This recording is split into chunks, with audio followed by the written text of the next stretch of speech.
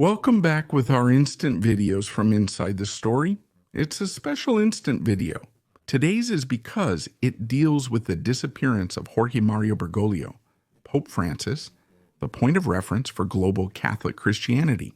It's difficult to do what in journalistic jargon is called the crocodile of Pope Francis. That is, to briefly trace his life and give an assessment of what his pontificate has been, to understand who Jorge Mario Bergoglio has been, not only for Catholics, but for the whole world. We need to start from some assumptions. He was the first South American pontiff, the first pontiff from the Jesuit order, the first to choose Francis as his episcopal name.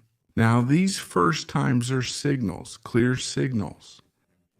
Every election of a pontiff involves a strategy on the part of those who are going to elect him. That is, the College of Cardinals. The cardinals, yes, should act for the Holy Spirit, for those who believe. In reality, they act according to specific strategies that are outlined. What strategy led Jorge Mario Bergoglio to the throne of Peter? A strategy of breaking with the past, as has already happened in other conclaves. Think about the elections of John Paul II, Pope Otiva. The first pope from Eastern Europe, moreover in a well-defined historical period of still friction between East and West, before Glasnost arrived, before Perestroika arrived. In short, Wojtyla had to be a man appointed, anticipate the times, favor change, and he did it, even amidst 1,000 controversies.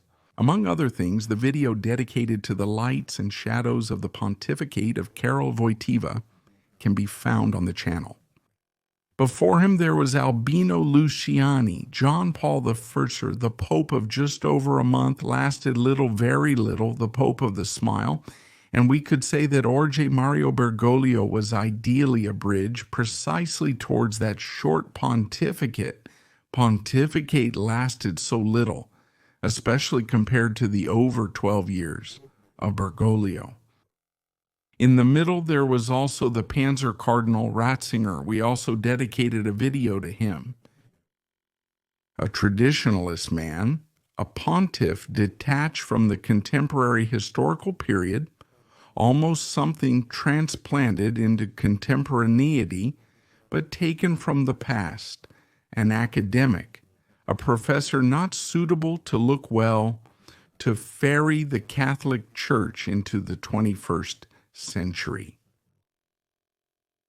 And then there had been other very discussed conclaves. Let's think about the election of Pope Montini, Paul VI, an election more had in the middle, among other things, a Vatican Council.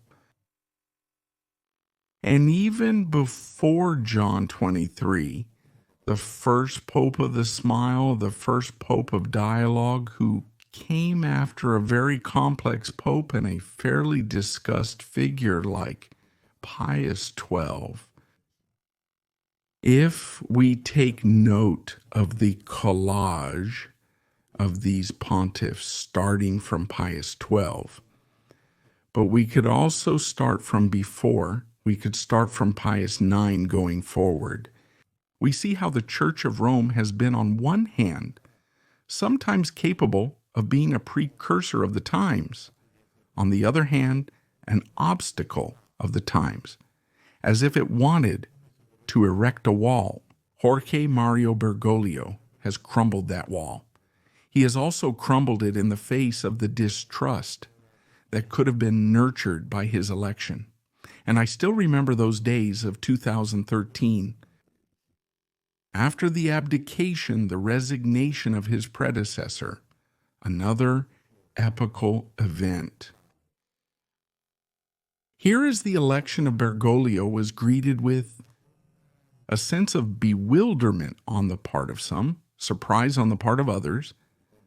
I remember many Vatican colleagues who were caught off guard. They had predicted other names. Then the choice of the name Francis. Why Francis? Because the founder of the Franciscan order? It was understood later. And then there was that detail linked to his past life. An Argentine pope who had lived through the dictatorship and according to some had also been laterally, marginally, silently complicit. Bergoglio swept the field from all this. He established himself as a decisive pope, but the sense of progress, of openness, of dialogue is the exact opposite of some of his predecessors. Even at the cost of serious clashes within the church, we remember the memorandums that have been published in these years. The not at all anonymous letters that ended up in the press, the positions taken by some bishops, notably those from North America, and then all the other events that continue to drag on over time. Old or recent scandals, Bergoglio has managed to become a figure much loved by ordinary people, a little less so by certain ecclesiastical spheres and extremely traditionalist circles. But he has confirmed himself as a man capable of speaking to the believer and the non-believer. And this, yes, has been a great merit. Now, the hunt is open for the successor, the next occupant of the throne of Peter. Who will it be, we all wonder, especially because, as it was said before, within the conclave in the Sistine Chapel, there are always games of strategies. It will take time to convene the conclave. It will not be a quick thing. It will take a few weeks to have the new pope, but we all wonder what will happen. 20 years and 2 days ago, the election of Ratzinger took place. Today, after 20 years and 2 days, Ratzinger's successor has died. They were two very different conclaves. The one that was theoretically supposed to continue the work of John Paul II, and that was something a bit more severe, a bit harder, a bit more academic, compared to the humanity of the second part of the pontificate of the Polish Pope. And then a sudden change of course is criticized, among others, also by that Father George Gainswein, who was Ratzinger's particular secretary and who had assumed a lot of power in the Vatican until his dismissal. So what happens next? Who will be the next pope and where will he come from? These are questions on our minds. With Bergoglio, we have left Europe, that Europe which had given all the popes, the majority of whom were Italian. Observers are already looking around to understand where the Holy Roman Church will go. In which direction will it orient itself? Will it still look to America, but not to the south, to the north, to the powerful American cardinals? Or will it return to Europe to rely on the German theological school, or the Italian one, or the Spanish one? Or will it look towards Africa, this great continent of contradictions, the result of a terrible colonial past that sometimes struggles to put behind? It's a colonial past in which the Catholic Church, as in South America, had a central role in colonization, in massacres, and then in addition to forced evangelizations, in the claim to impose issues that had little to do with theology, but had a lot to do with practical and tragic matters. Or will it go towards Oceania, Australia, or the Far East? Who knows? Certainly, this disappearance of Bergoglio will not find the church unprepared. The Pope has been sick for quite some time now, and it's clear that several cardinals have already started making their calculations a long time ago. Now, we will certainly see the church will also have to take positions to understand whether to continue in the furrow of openness of the attempt at mediation, even towards civil society and of the states themselves, or to close off, or worse yet, make a militant choice, a choice of sides, exemplified by Kirill, the Patriarch of Moscow's decision. A choice, when viewed with our own eyes, a truly terrible choice of active politics and blessing of military claims.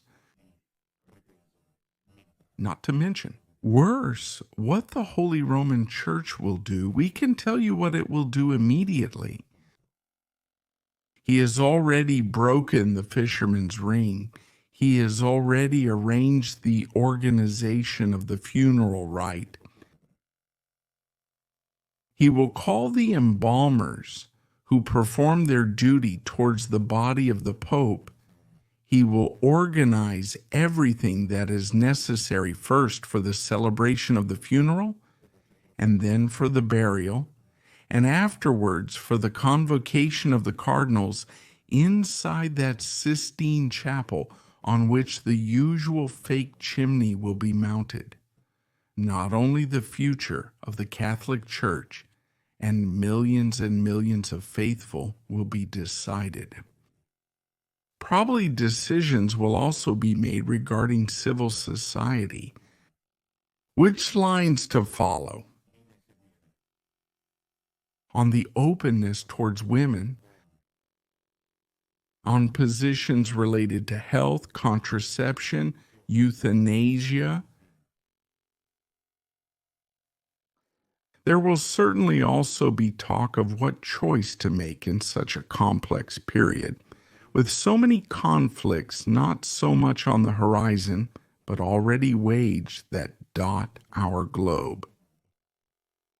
There will be much to discuss under the frescoes of Michelangelo or Buonarroti. There will be much to talk about. Meanwhile, we can only remember the man who came from the end of the world. That's how Jorge Mario Bergoglio, Pope Francis, the first Jesuit pontiff, the first South American pontiff, the first pontiff who chose that name Francis as the last among the last, as the one who really wanted to dialogue with everyone